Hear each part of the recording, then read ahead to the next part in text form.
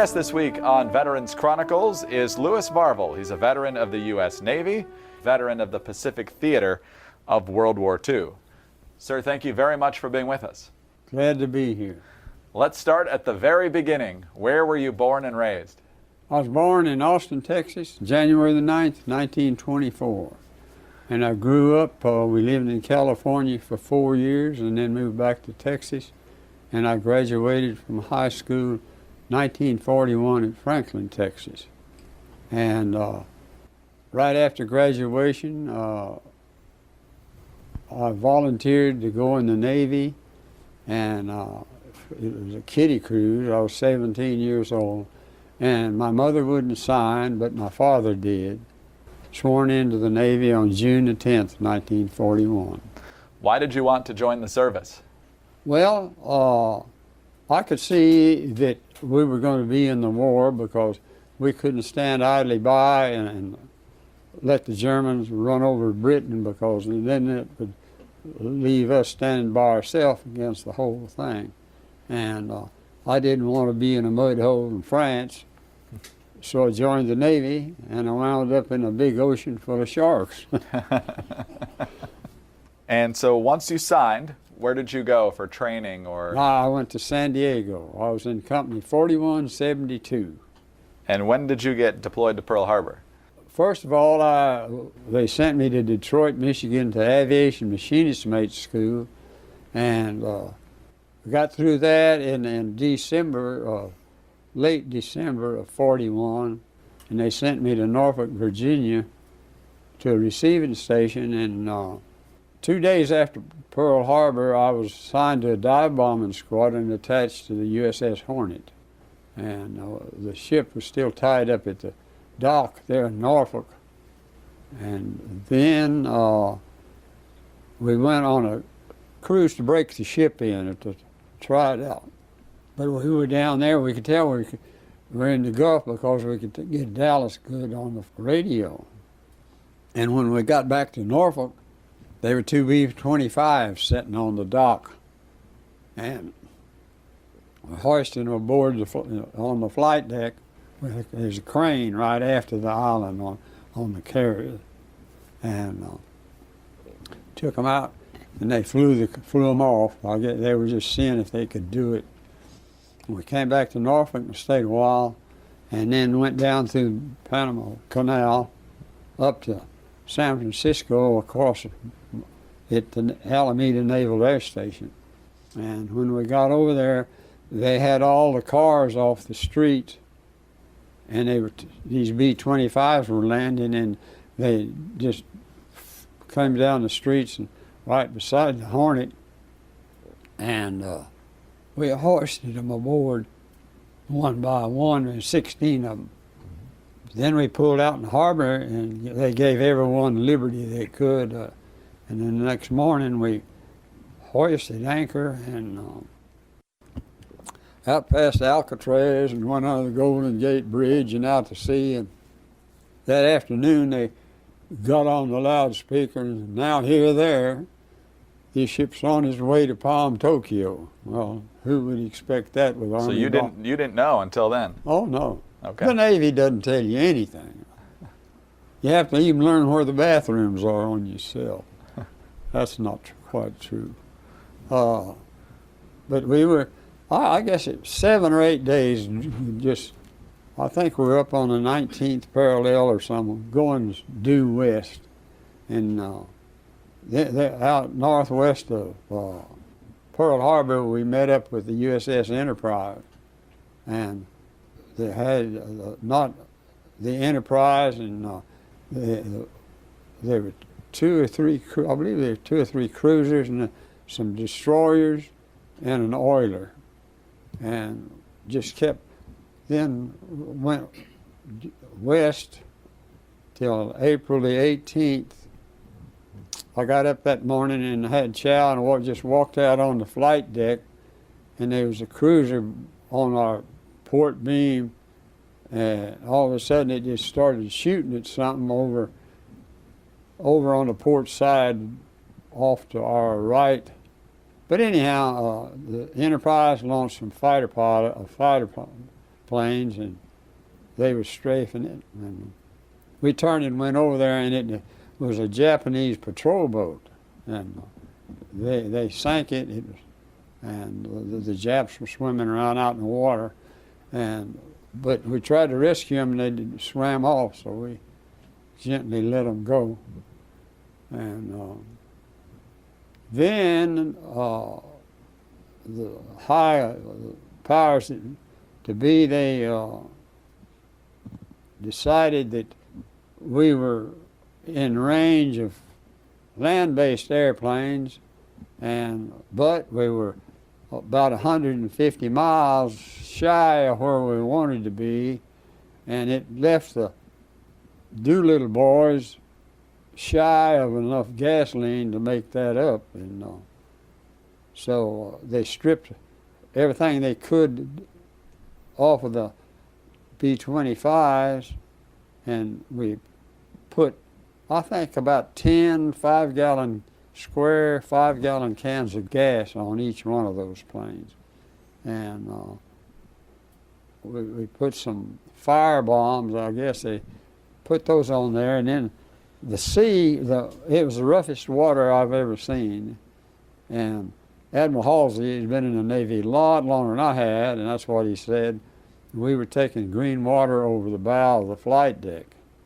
The planes, when they started them off, they'd rev their engines up as high as they would go, and then when the bow started down, they could start that airplane off downhill, and as it got farther out, the bow would come up, and it sort of catapulted them up into that 30-knot wind plus the speed of the ships. Most of them took off way before they got to the end of the flight deck. Really? And one of them forgot to lower his flaps, and he went out and went plumb out of sight. But when the bow come back up, you could see him going, waddling off, sucking them up with the tips of the props almost in the water. But he made it, and off to Tokyo they went. Now, what did you help to do to get the planes ready? Well, I helped put the Roman candles on it, and helped put the gasoline in I was up in the flight deck right where, pushing them in, right where the boy got his arm cut off. One of our guys got blown into the prop, and after they were launched, why, we turned around and headed back home.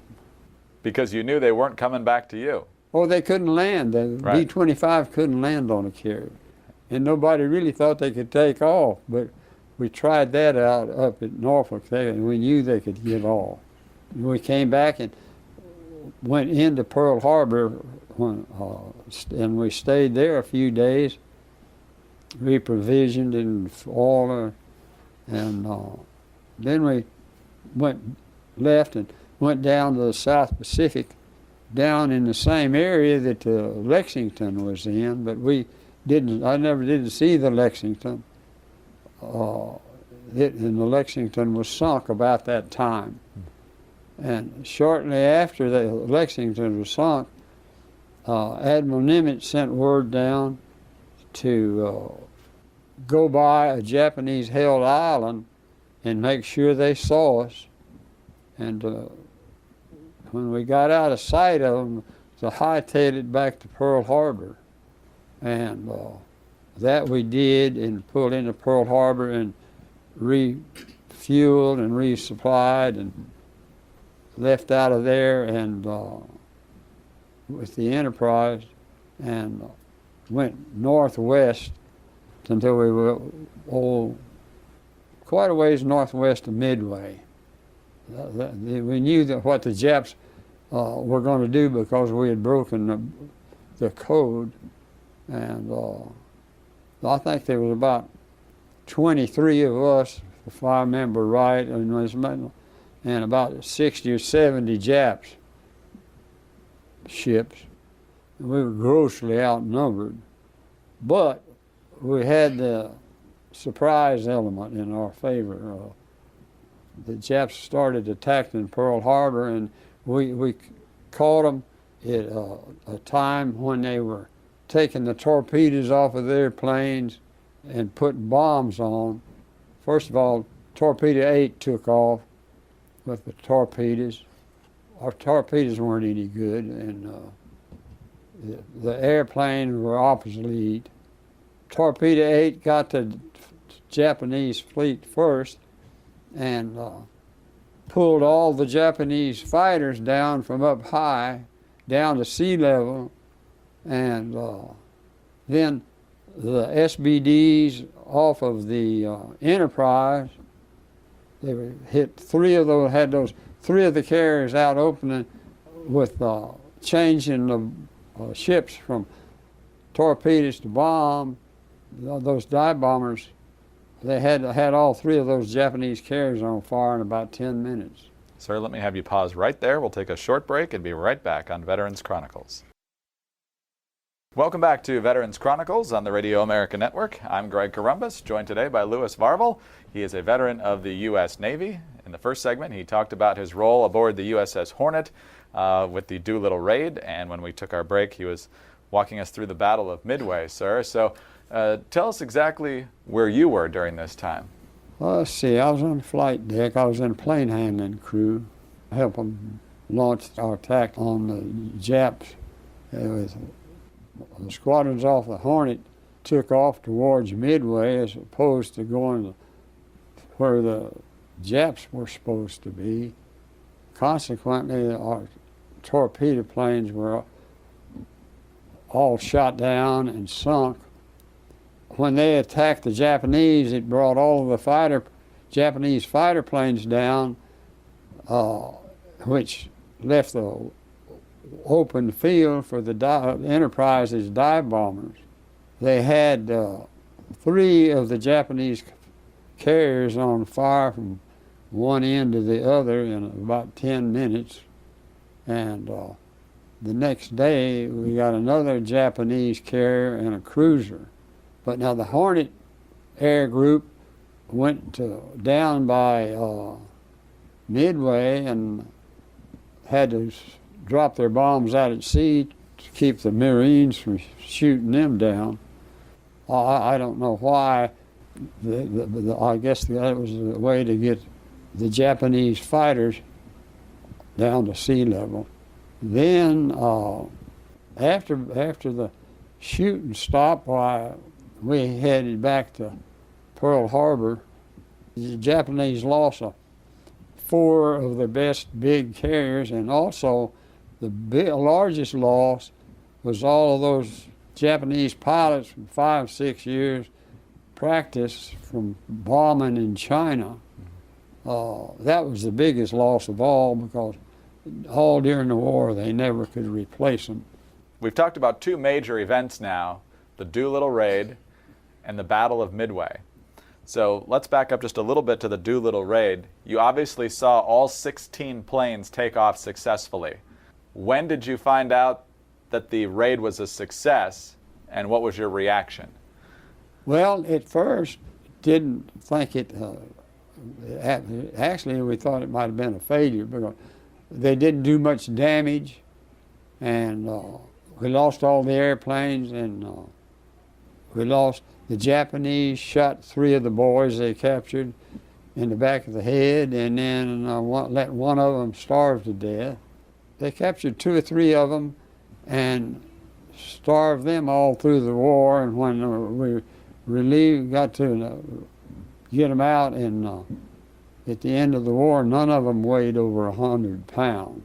And another thing, you may not want to put this in, another thing, after what the Japanese did to the Doolittle boys that were captured, and what they did to 250,000 Chinese, when the end of the war, at the war trials, they sentenced that high Japanese, I don't know if he was admiral or general, they sentenced him to death, and then our General MacArthur pardoned him.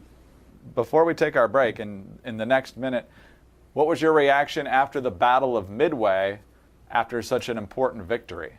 Well, those were the two most important productive. Of course, I'm a little biased, but the Doolittle Raid and the battle, what we did at the Battle of Midway with Torpedo 8, there was two of the most important, if not the most important, attacks off a carrier in World War II. Because Torpedo 8 made it possible for us to get all of those Jap carriers. And the Doolittle Raid so ashamed the officers in the Army and that they, after that, they kept two of their first line carriers in home waters. Of course, they killed all those Chinese people, but by having those two carriers not at Midway, probably gave us a chance to really knock out the heart out of the Japanese fleet. Sir, let's pause right there. We'll be right back on Veterans Chronicles. This is Veterans Chronicles on the Radio America Network. I'm Greg Corombus, honored to be joined today by Louis Varvel. He is a veteran of the U.S. Navy in the Pacific Theater. We've been talking about his role on the USS Hornet, both in the Doolittle Raid and the Battle of Midway. And sir, you were just telling us an interesting story during the break about how you think the Japanese were confused about which ship was which at Midway. Yeah, this guy landed it on our plane and spraying all those 50 caliber. It killed, I think, all the guys on that 40 millimeter anti-aircraft right after the island. And all those plane handlers got behind. They had a little munition building room right after the island, and that elevator thing, when something was liable to crash, us air deals would get behind that, and it had a little ladder on top. You climb it and look out. With those bullets still flying, we got behind that, and one boy was already on that ladder looking out, and another kid sort of shoved him off and climbed up on that ladder to look, and when he did, one of those 50 caliber bullets caught him right between the eyes. And he didn't push any more people off the ladder. Let's move on to the next major battle I believe you were involved with, and that's Guadalcanal. We were down there off of Guadalcanal. They were trying to ward off the ships, Japanese ships, taking supplies into, and the poor Marines were about to starve to death and running out of everything, and they even ran out of toilet paper.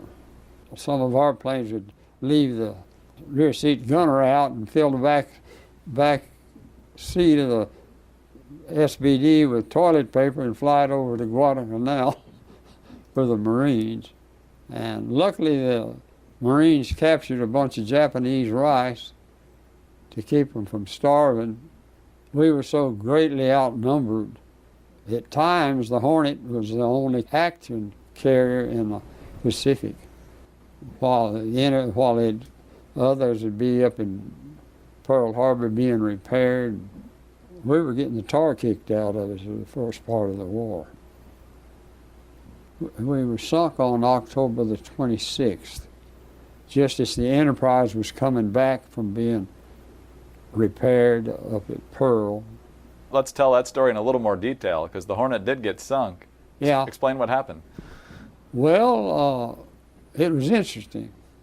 I don't know that it came over the loudspeaker that the boogies were so close, you know, and I think our planes met their planes on the bypass and on the way, and the first ones I saw was two Japanese torpedo planes coming in on the port beam, and I think one of our 5-inch shells or something hit one of them in the head on, and when the dust settled, he was gone. But the other one just kept coming, and I thought, well, he'll bank off, and he just kept coming, and he flew right into the side of the ship and came through and landed in the forward elevator pit and started a fire. And another boy and I each got one of those big old CO2 bottles and shimmied up the deck with all that heat to where we could roll it over into the elevator pit to put the fire out, and it did. And when it cooled off enough, some of the guys got down there, and there were two bodies, and one of them had on a U.S. Navy ring. The ship's company, a lot of them wore a pirate knife-like, and cut that guy's finger off, and for a souvenir, I guess. After the shooting stopped, they counted noses, and that guy turned out to have been one of our guys. Other than that, I was on the hangar deck, and we had all these airplanes, spare airplanes, suspended under the flight deck, and all the ones, we got a daisy cutter bomb hit back aft. It got about halfway through the flight deck and exploded, and that shrapnel comes zinging up the hangar deck and cut the lines holding those planes up, and they just come crashing down. I think it killed all of most of the Marines on the 20 millimeter anti-aircraft guns on the starboard side back aft. One bomb, I don't know if it was that one, went down and it exploded in my compartment. There was a kamikaze dive bombed and hit the ship up on a bridge where the signalman with the flags stood, killed all of them. And he dropped two bombs. One of them went to drink on the starboard side, and the other one came down through the flight deck and about 15 feet from where I was, went through the hangar deck and down the next deck and exploded down in the forward mess hall. They took us Airedales off. I went down a cargo net onto the bow of the USS Russell, number 414, a destroyer. So they were evacuating at this point? Yeah. Okay. Us air people. The ship's company was still. Oh no! One other thing before that Daisy, that bomb that killed killed the aviation chief machinery. He was laying on the hangar deck. He was our chief aviation metalsmith. The Hornet was laying on it, and it had blown his shoes and all the meat off his feet. And not shortly after that, we abandoned. I got off on the Russell. But there were so many of us on the Russell, when the Japanese attacked again, that we all they crammed us all down below deck because the ship was so top heavy they couldn't maneuver. Believe it or not, that's when I got scared. I was terrified because I knew these were a single hit on that destroyer. They didn't call them tin cans for nothing. They got strafed, and some of the guys that didn't get down were killed. After a while, the people, all the guys that weren't ship's company left the battle scene, and we went back to New Caledonia, and the ship's company stayed there until they could see they couldn't save the ship, and they abandoned it and tried to sink it so the Japs wouldn't get it, and then they couldn't sink it. The Japs came and they finally sunk it. What did you do then? They took us back to New Caledonia and up in the hills by a river that with fish in it that'd bite you. So nobody's going fishing. But it was real nice. There was a wild wild oranges, and we stayed there a couple of weeks, and finally an old troop ship they acquired from the Free French or somewhere, and I don't know how the Navy got it, but loaded all of us onto it, and some of the battle bunged up Marines that were, we called them crazy Marines, from Guadalcanal, and headed back to the United States. And I think it must have been a contract because the captain was sort of on a sightseeing expedition. We first stopped at Espiritu Santos, and he looked around, and then went through Suva, stopped there, and saw all the policemen wore skirts with the bottom of them cut. Their hair was all straight up, it was black on their head and red on top. And we left there and we went to Bora Bora. And Bora Bora was absolutely the most beautiful place I've ever seen. It had coral reef, with the palm trees on it. And it was an old inactive volcano. And on the inside of the volcano, it was sides maybe 200 feet high or more, but one side had caved in, and there was a passageway through the coral reef on the outside, and then a passageway on inside to the inside of that volcano, and it must have been a half a mile of distance, diameter of the thing, and there were native huts inside where the soil had come down in the place, and I guess that must have been where they lived.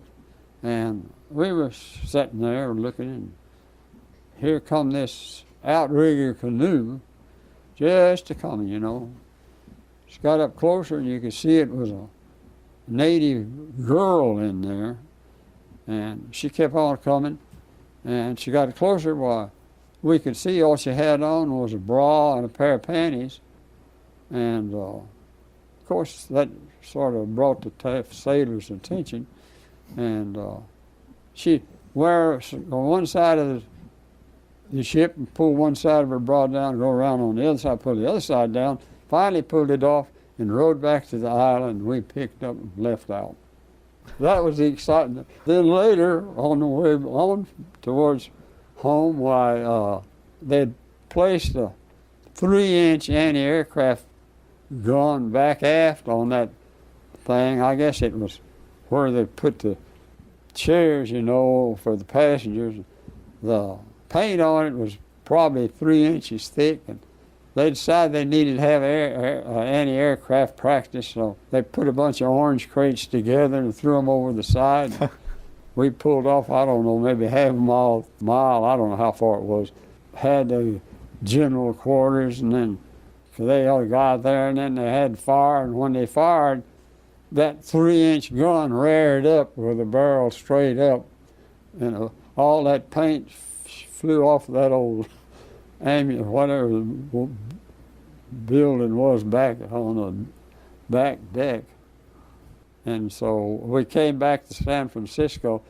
Some of the guys tied the flag on the top of that 3-inch gun, and then that was the end of that. Well, I didn't tell you about running into Admiral Halsey either. Well, that was right after we put Doolittle off.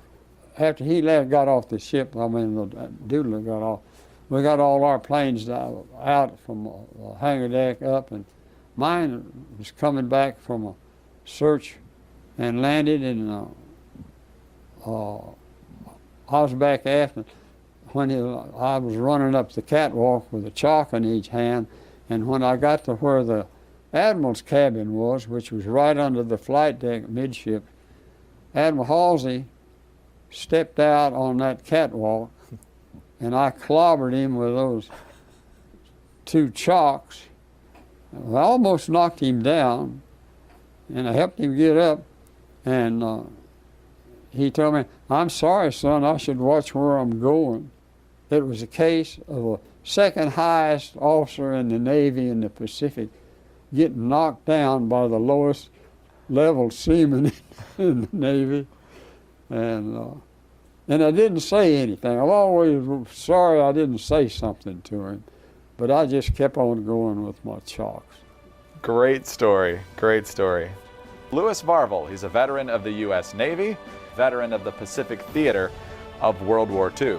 I'm Greg Corumbus reporting for Veterans Chronicles.